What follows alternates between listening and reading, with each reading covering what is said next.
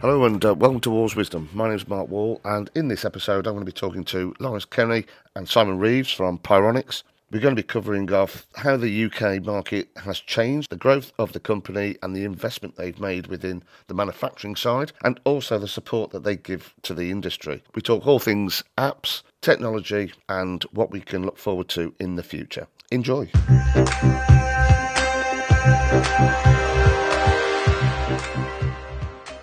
So thanks for joining us at Wall to Wall. I'd like to introduce two great guys from Pyronix. As a way of an introduction, can you just introduce yourselves? Laurence Kenny. I'm the marketing director at Pyronix.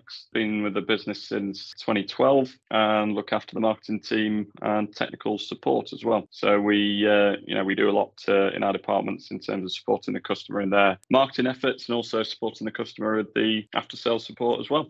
And I'm Simon Reeve. I've been with Pyronix for just coming up to 10 years now. I work as an account manager in the East Midlands. Been in the industry for 25 years, doing pretty much the same thing, sorting out installers, making sure they understand the products, get the right support. Yeah, Simon's the unofficial out-of-hours tech support. Yeah, I'll take it. As long as there's another salary attached, I'll take it. I mean, being here for 10 years, mate, you've obviously seen a few changes. How's Pyronix addressing the security associated with the sort of smart homes then, in the changes that you've seen in the last 10 years? For me, in the last 10 years, the apps kind of come into fruition. Smart homes kind of happened. I mean, it's in other industries, it's been sort of on the verge for much more than 10 years. With the security industry, we seem to lag a little bit behind. We're very conscious on security. Things like Wi-Fi connection of panels is something that I mean, I wasn't entirely sure installers would adopt because of the vulnerabilities of broadband, but obviously the infrastructure around that's got so much better. You know, the 80s we'd have power cuts, the 2000s your broadband would be on and off like a yo-yo. Nowadays, these aren't the sort of problems that you have. Certainly from a cost point of view, I think a big focus has gone onto that sort of Wi-Fi bit. The fact that we've put a lot of effort into making sure that it's designed properly. I think we kind of were involved in apps before the industry agreement came out and ratified a standard around it, and we exceeded the requirements before time, meant that we put the effort into thinking about sort of man-in-the-middle attacks, denial of service attacks, and we've got a really good team behind the cloud based up in Doncaster that make sure that everything's fine. We are going to have hiccups here and there, and every now and again, the nice thing is social media lets me know on a Saturday night while I'm sitting watching the new Top Gun film a couple of years ago that we've got a small issue, and within about 10 minutes on a Saturday night at 9 o'clock, I think the R&D director's on and it's resolved within 5 minutes. So that support side of things and the backup, it's a service we provide. It's important to our business. It's obviously the big focus for a lot of our installers' business, that connectivity. It's a massive priority to us. It's got to be right. I think that's the thing in it. Everything you notice straight away. As soon as your internet goes down, you notice. Yeah, and I think that's the expectation from our customers as well. You know, these guys support their end users 365 days a year, 24/7. You know, they expect a level of service and a level of problem solving that when they're getting calls from their customers, that we're there to support them as well. So we do pride ourselves in being able to support the customers.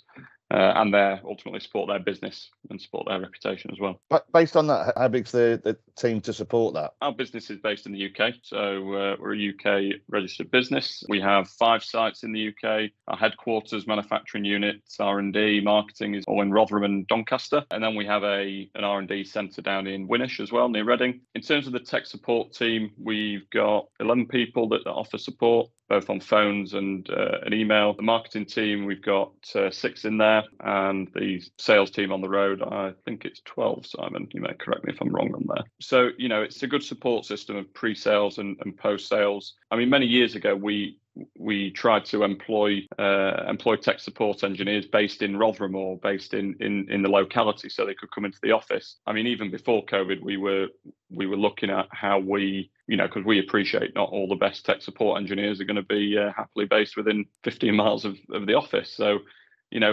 COVID exacerbated that, but we had already started to look at remote working. So We have a lot of our tech support engineers are dispersed around the country. Recently taken on a new tech support guy based in Northern Ireland. So the team are quite dispersed. I think only 2 of them really work from the office on a full or part-time basis. So, we take the best people, we get the best people to support the customers wherever they are. The key for us was certainly a recruitment issue in sort of 2019. We'd had a couple of guys that had decided to go back on the tools or do other things. And certainly at that point in time, as Laurence said, I mean, obviously, why wouldn't you want to live in South Yorkshire? And, it's a beautiful place in part of the world, and commute into Rotherham, but there aren't that many. If you're looking for an engineer that wants to move off the tools, that's got that experience within a 30-minute, commute of Rotherham, that really restricts your recruitment pool. So we put initially some questions out on some of the social media forums where trade engineers are on there. And asked the question. I think we had quite a good response from that, and that sort of kicked it off. And then, as Laurence happened, the world changed a little bit, but we were already ahead of the curve with people working from home. And when we've had bits where there's an installer down south that's had a bit of an issue, we've now got Keith based sort of Brighton area, who's actually better geographically placed to just nip out for the day and go and help that customer as well. So not only has it helped us in recruiting the right people, and we've got some amazing people on tech support that, the feedback I get all the time is how they're supposed to knock off shift at a certain time, or our phones switch off at 6:30, but they're ringing back at 7:30 just to make sure the guy actually got on all right. And those sort of bits of feedback are essential. So we've got the right people, but also that geographic spread actually helps us out massively. The guy in Northern Ireland, I'm sure, will come in handy rather than sticking someone on a ferry if there's a problem. We've now got an account manager over there and a tech support guy as well. How is Pyronix addressing the demands for remote monitoring, control of smart home, security systems, smartphone technology? I think we really pioneered the use of apps within, as Simon said, even before the industry app agreement, we were ahead of the curve. And a lot of the growth in,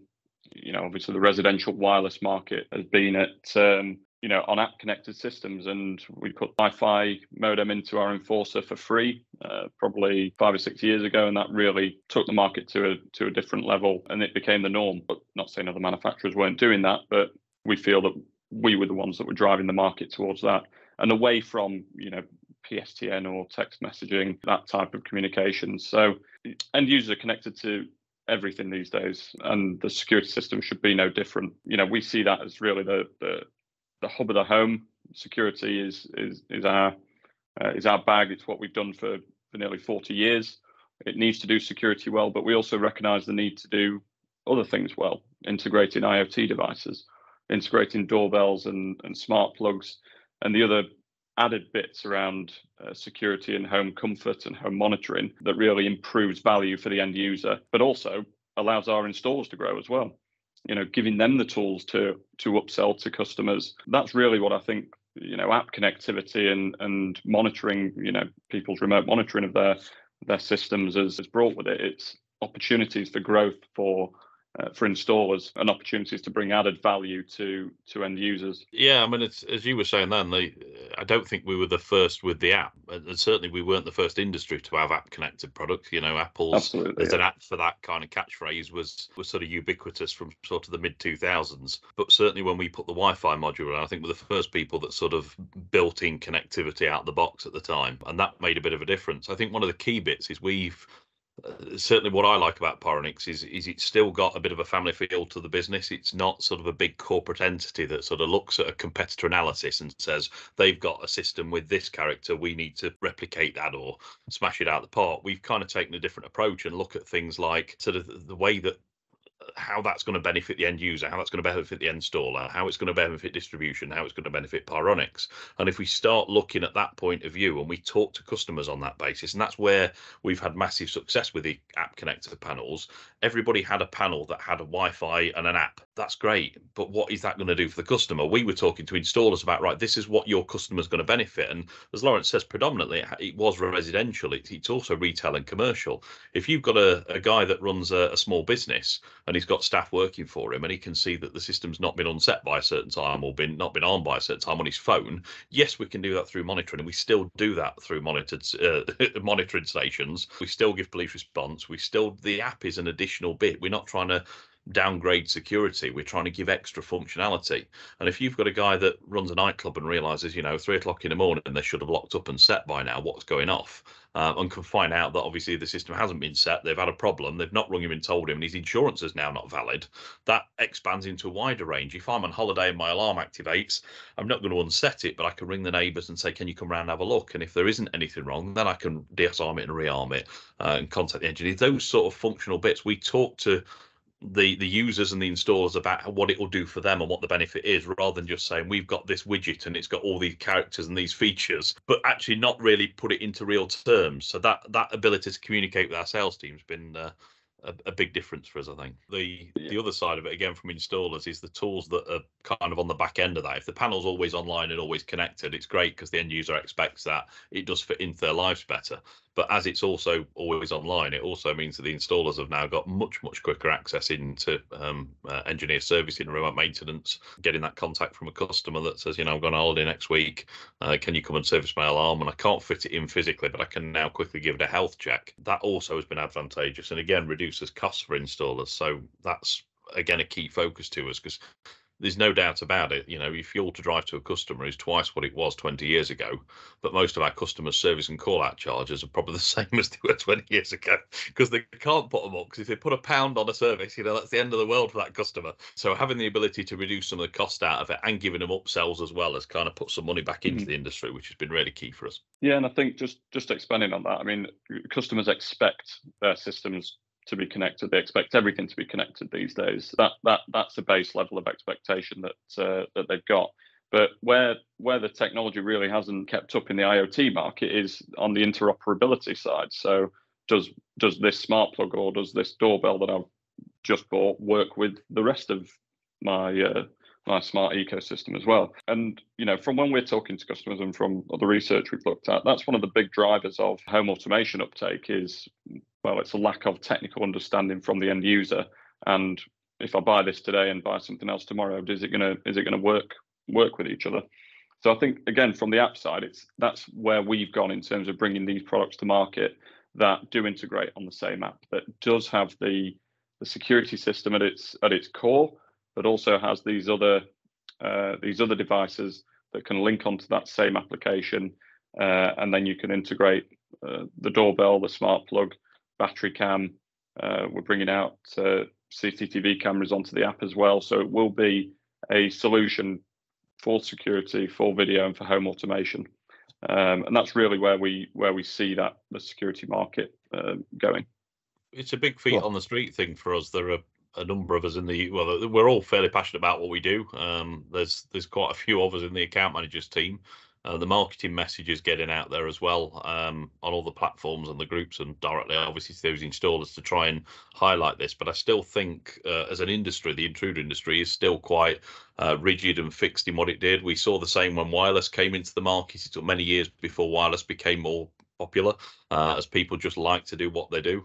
So certainly adding things like doorbells on, or even things like protecting the car that we'll come on to, and the external gates, that kind of thing. We do still speak to customers now that will say to us, well, I saw this product and I bought a couple of them, but I haven't found the right job yet. And it's only when you actually sit talking to them and say, well, what is the right job? The jobs that you do, 60-40 commercial to domestic, your commercials, some of those are going to have a requirement for this. Your domestic, some of those are going to have things like the doorbell. Everybody's got a door. There are sort of 6 to 9 million of the Ring doorbells, but there are sort of 70 million homes. So there's still a lot of houses that people are thinking, I'd like to get a doorbell. But it's, as Laurence said earlier, we've been around since 1986. We're not going anywhere. There are a couple of platforms that have risen and dropped off and been discontinued in the last 12 months in this sort of home automation sector, from a big names as well. In one of the cases, we're in a position where obviously we're going to support the product long term, and you're not going to end up in a position where there's a Betamax VHS kind of trade-off. Which one do I put my money on? So the products that we're launching do tie into what customers want. They do allay the fears of, am I investing in the right platform here? It does all tie together, but we've got to explain to those installers, when you drive up to that drive, when you're going to do a service, yes, you can do the service and you can get a bit of revenue, but but that customer actually has a need and a desire to buy things like a video doorbell. It's a popular bit. The Saturday night takeaway TV show's got a feature about video doorbells. It's in your face quite commonly. So your customer's curious but doesn't know which one to get, hasn't got the skill to get it. It's helping them out. It's actually reducing costs because there's no ongoing charge on the doorbell, which is the popular platform there is. So you're actually helping the end user out. It's beneficial to them. But also you're making yourself a bit more money on your service base, which, as I said earlier, you can't put your prices up. Customers lose their mind. But if we can make another 30, 40 quid on top of that service visit by adding an accessory, that starts to make the business more sensible. We're all in it for the love. I think most installers, if they won the lottery, would not retire. I know loads of people that have sort of retired but still go back in and do the installs. They are in it for the money, but they do it for the love as well. And I think at the same time, it's helping those customers out, making them happy. But at the same time, obviously, it puts a bit more revenue back into the business. Yeah, I think it's. I keep looking at it myself and thinking, will I ever retire? And I doubt it, because No. I love the industry and I love what it does, and I'm excited to see what's coming next. Yeah, when I started back in, oh God, my dad was modern alarms. He was buying cameras or getting cameras then, which were the size of a printer these days, that we were putting in, and seeing it evolve from that time where, dare I say, it sat on the top of a ladder, soldering a plug on or doing with whatever, to nowadays, it's a, I'm going to use the phrase lick and stick, because it has become that, hasn't it? We've lost the sort of technical ability to say, right, okay, if I replace that diode, that resistor, or whatever it might be, I'll fix it. But we've got to remain that expertise. But I don't love the fact that we've become a throwaway society. I love the fact of the way the industry has evolved. You look at the doorbell. When we were testing that, I had an 8 gigabyte SD card, a micro SD card in. We provide a 32 gig with it. The 8 gig lasted me 3 months worth of recording before it started overwriting. So the 32 gig normal use at my house will give me a year's worth of recording on a micro SD card of 32 gig. It's event-based recording. There's no big cabinet required. It's definitely an advance. Yeah, and look at the quality you're getting for that based Absolutely. on it's a 1080 camera. It's 2 megapixel, not 480 TV lines.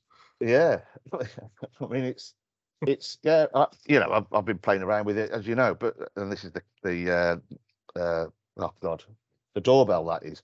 But it's ace. Just being able to log into the app, bring up a live image in the night, not real nighttime images, quality images rather at night, and daytime. You press the button. What's the thing about the chime? Why is I put a post up? Somebody said, "Oh, yeah, it's great because it's got a chime on there." Do other doorbells not have chime or something, or is it something by default, new to you? When you buy the market leader, it doesn't come with a chime on the base kit. It's a more expensive premium kit that you have to buy with a chime or buy it separately. So we look at the installer's going to have to go to that site to do a service or something else. If he doesn't have an SD card, if he doesn't have a battery, but the battery based doorbell, it will run off AC, as you'll have seen. So you can replace an existing supplied doorbell where there's power to it. But if you go to a site that has got no power at the door, you've not got to go and say, "Oh, Mr. Customer, can I have an SD card?" Or "I forgot to order the chime." It's all in the box, ready to go. The chime can be plugged in with a micro USB card that's used to charge cable. That's used to charge the doorbell itself when you're charging it every 3 months. Or you can put some AA batteries in it. But it's as a box kit. You can go to site and it's ready to go. And it's exactly the same with the battery camera as well. The battery camera's the same. We've got the SD card available, the solar panel, all battery powered, so you can use it in either way that you prefer. And it's just an out the box kit. Take it in, bang it in, take a bit more money on the service revenue or on the install, and obviously improve what the customer needs. What's the background on the camera? It works the same as the doorbell, so setup's easy. But the key to this, for me certainly, is you will always get domestically and small commercially. You own a small shop, you call the alarm guys, to service your alarm, and they say you ought to get CCTV. Right, okay, well, I could do with a camera looking at the till, or I'm just buying a new car next week. I could do with a camera looking at that. If it is that just a camera to watch my new car that I'm getting, by the time you bought an MVR, a hard drive, you've cabled it, you're looking quite a significant investment for a customer who really isn't that invested in CCTV yet. They probably see this as sort of turning the house into a prison camp in some cases. I don't want to go too far. I'm not really sure of the investment or what it will do for me. But it's a great foot in the door that you've got one Wi-Fi camera that sits across the front of the property, watches the car, and actually gives some functionality to the customer. The same with the doorbell, to be fair. And they're almost a gateway drug into a CCTV system, because when you see how good that doorbell camera image is at night, that's great on that particular part of your house, but you can't see your back garden and your new patio furniture with that. So you'd probably be, in your case, ringing the alarm company up and saying, right, can we get one around the back? By the time you're talking about one at the front, one at the back, actually, we're talking proper CCTV. So it's bringing them along with technology as well and making them aware. There are other requirements where you can't get cables to. One of our R&D directors, export director, had one at the bottom of the garden front of the garden, on a tree looking back at the house. You can't get that viewpoint from the house itself. So having that, as long as it's within Wi-Fi range, having that device, and it can be battery powered for 3 months, or you can put the solar panel in. It doesn't need bright sunlight; it's just daylight, and it will positively charge the device. So over winter, you'll notice the battery drop down a bit, and then back over spring, it'll start to maintain, and you'll be at 100% charge. So no service and maintenance required in that case. I think the ease of install and the price point as well. We've made these really accessible to installers and made the installation time a lot less as well. So, that they are able to have these in 10, 15 minutes on an install, and it's not taking up too much time, but it does give them something different to offer to the end user as well, if they do go for that just a camera install.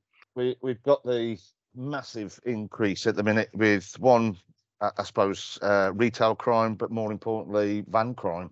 Car Defender, what's the benefits? What you're seeing with it? I think we saw a bit of a gap in the market with the Car Defender. We recognise that a lot of time the most expensive asset somebody owns apart from their house, obviously, is their car. And when you are talking about tool theft and van theft as well, it's not just the inconvenience of not having a car, but this is people's livelihoods that get affected.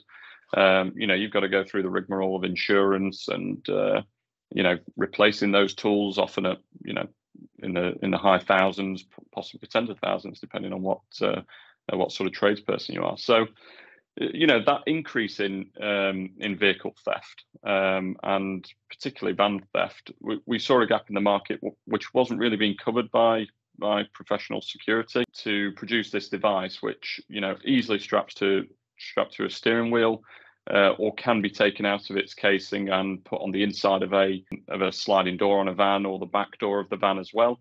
Particularly van theft, you see the sliding door being folded back and an entry gained that way. So this provides the user with an early warning of something that's going on when the car or the van's parked at home.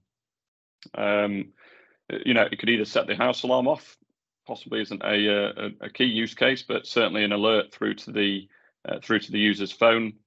We've got critical alerts now on the app, so that notification will always get through, whether your phone's in focus mode or do not disturb when you're asleep. And the phone will shout "Car Defender activated" at you, and you've got the opportunity to do something. Typically in the car theft market, but the car theft problem that we've got now, a lot of these are actually keyless. So the car alarm is useless at that point. If somebody's forcing entry to a car and the car alarm activates, great. But if it's a keyless theft and they've cloned the keys from outside of the property, you're not going to know until the morning, until you try to go to work, that your car's gone. At that point, the tracker's useless because it's not been activated. Car could possibly be in a container or in 10 pieces being sold on for parts.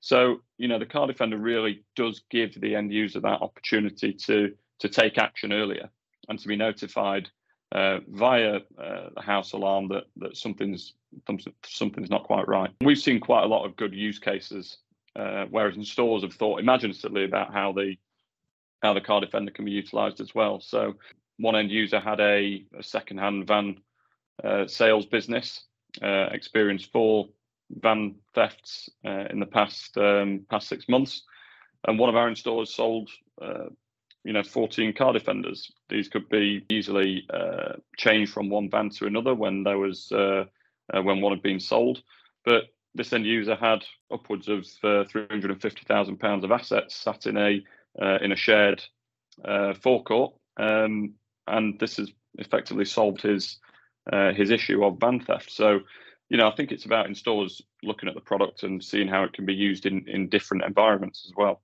I did some research into this as well, looking at sort of the types of cars stolen, because the first thing that comes to your mind is sort of higher end vehicles like Range Rovers and that kind of thing. But a bit of Googling easily finds that I think that when I looked at it for sort of what car did a report last year, that the most common stolen cars in 2022 were Corsas. I think it was a Ford Fiesta was the most common. There were EcoSports, there were Audi A3s. We're not talking really, really expensive cars necessarily. And as well as the keyless theft, I believe the Toyotas, they're popping headlights out, connecting to the CAN bus where the bulb normally plugs into, and you straight onto the bus of the car. So you can tell the car to unlock the doors, switch the alarm off and start. There is no noise. And we've all heard those bits where people are sort of, you go back 20 years ago, someone broke into your car, as Laurence said, it was a force of entry. There was a bang, a smash, a glass, a car alarm went off. Nowadays, you wake up 6 hours after the event, open your curtains, and your car isn't where you thought it was. So these things aren't being found. So it's as important to let you know how, as Laurence said again, you can set the bells off and it deters them. And if someone's breaking into my van, I don't want it to communicate to the ARC because it's outside of the protected area. So we're still managing standards at this point. It's still a proper policeable system. And we've got the bell going off just to alert that person and scare them away, which is great. Or we've got a different sounder that could do that. We've got some agricultural sites where they've got tractors that just get vandalized. It's not about actual theft. It's about kids getting in them and playing tractor. And throwing stones through glass and things. Well, as soon as they start to mess around and jump on one of the vehicles and there's vibration or tilt, that detector goes off and it activates a master blaster because it's on a farm. His neighbours are too far away to worry. So he gets the alert through to his app. He gets the master blaster go off. They hopefully scarper and do less damage, so it's about damage limitation, and he can obviously go and see what's going off. And with things like with some of these with long range Wi-Fi, we've got battery cameras on this particular site as well. So he's then got some images of who it is, and obviously can start sort of contacting the police and getting the evidence across to them as to who's been vandalising sites. So it all ties in as a real nice mesh as well. We've had box trailers on a site, so a grade 3 alarm system on a high performance car company's building, which is great because it's grade 3, it's dual pass signaled for the building. But outside of the protected area, we can't monitor traditionally the 2 car transporting trailers. And at 12 or 14 grand each for these 2 trailers, if they've got the nose wheel bedded down, as soon as you lift that up to hook it onto a trailer and steal them and cut through the little chain link fence or break the gate open, you've got those alerts. So it's not just, again, it's the vans, it's the cars, it's the motorbikes. We've had a guy with a load of classic motorbikes who's put one on each hand grip of the motorbike. Your alarm's not set while you're doing the garden in your garage because the garage is open, but someone comes and touches that, your phone in your pocket shouts car defender activated 3 or 4 times, someone's messing, you go and have a look at what's going off. Do you want to talk about SOS app as a option? We're always eager to talk about these things. We're quite passionate, you may guess. Yeah, so I think yes, the personal help alarm side of the app is again another addition that we've put in there as we see protecting the property, expanding that protection. So expanding it to perimeter, expanding it to cars, but also expanding it to the people that live in the property. So the personal help alarm was developed so that users could send a geolocation to their friends and family if they were in a threatening situation, and that allows those people to respond and take action. Call that person, understand where they are, make an attempt to get to them, and it's a completely free feature. You don't need to have a Pyronix alarm system. We were very clear that this should be open to the general public as well. But it allows that protection of people. So we're not just protecting property and assets; it's people as well. And again, for our installers, it's a great additional add-on that you can talk to your customers about. We've seen some installers giving these away for free on quotations or on maintenance visits, talking to their customers about using this free feature. So yeah, it's about expanding what people traditionally see as a security system and as a security software in the app, and building more value into the software solutions that we bring to market. Goes back to what we started with. This is not about us putting a Wi-Fi in a panel and saying we've now got Wi-Fi. It's about us putting a feature into a panel that makes a difference to someone's life. I was with an accredited installer in Nottingham talking to him about the SOS app and went through the demo with him. And the first thing he thought was his daughter's gone off to Leeds University. She's hanging around with a group of people. Some she's known for years, some she's just met. And he said, I'm going to speak to her about this, get her to put it on her phone. Get them all to put it on the phones and create their own little help bubble. If they ever feel vulnerable in any situation, they've got a widget on the main screen of their app amongst all the rest of their apps they can tap. And at which point they can obviously alert people to A, I need help, and B, where I am and who I am that's asking for it. That makes a big difference. Now, obviously, any of those that are in his area, when they come to buying a house in 3 or 4 years and they've been using this app that was recommended by this alarm company, it puts them in a good standing as far as, I trust that person, they've helped me out in the past. It's creating the customers of the future for the one side of it. We've got an elderly relative of our own, my partner's dad, who had a heart attack a few years ago. He goes up on allotment on his own and he's isolated. If he rings me, my phone's on silent right now, ignore it. The wife, she's going to do the same. By the time we made 3 or 4 calls, 5-10 minutes have gone by. If you press one button, an alert goes out to everybody. You've simultaneously got that notification across. As you say, if you can get that message out to everybody, and the alert comes through as a notification, even if it's do not disturb or on silent, when people need it, don't they? Yeah. So at the minute, we've it sends a geolocation ping to those friends and family. We are looking to expand what we do with personal help alarm as well. Building more features that we've already got in the app. So in terms of geolocation and geofencing, so understanding when kids come home from school, sending alerts in exceptions and those type of scenarios. So it is going to expand over the functionality that it does today. Like all of our products and solutions, we look at what the MVP is, the minimum viable product. We get that out to market based on the customer feedback, and then we build and adapt those systems and solutions over time, so that we can deliver value in the long term as well, and get stuff out to market that the installers and users want when they need it. This also dovetails into features within the existing panel range, where when your kid does come home, you get an alert from the system that your system's been unset. You've obviously got the cameras that you could look in the doorbell that alerts you that somebody's walked on your drive, and you can see your kid's home safe or not home by a certain point in time.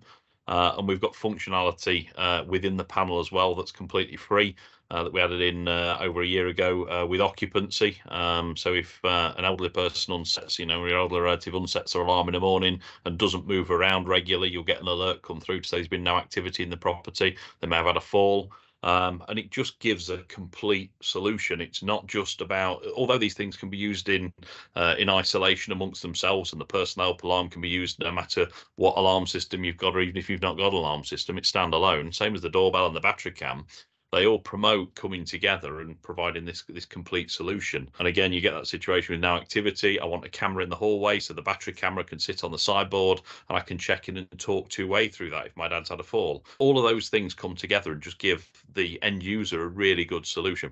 I've not heard of that. What's it called? No activity. It's a free attribute called occupancy. It's in the philosophy 11. And in essence, when you unset the system in the morning, we start expecting to see movement. So dad's going to go and make himself a cup of tea. As he's moving around, that detector's kept awake, and he'll move around, keep triggering it, and it resets the hourly timer or the 2-hour time or whatever duration you've decided. If it's set for an hour and there's no activity, it could be my dad's gone out. My dad got forgetful.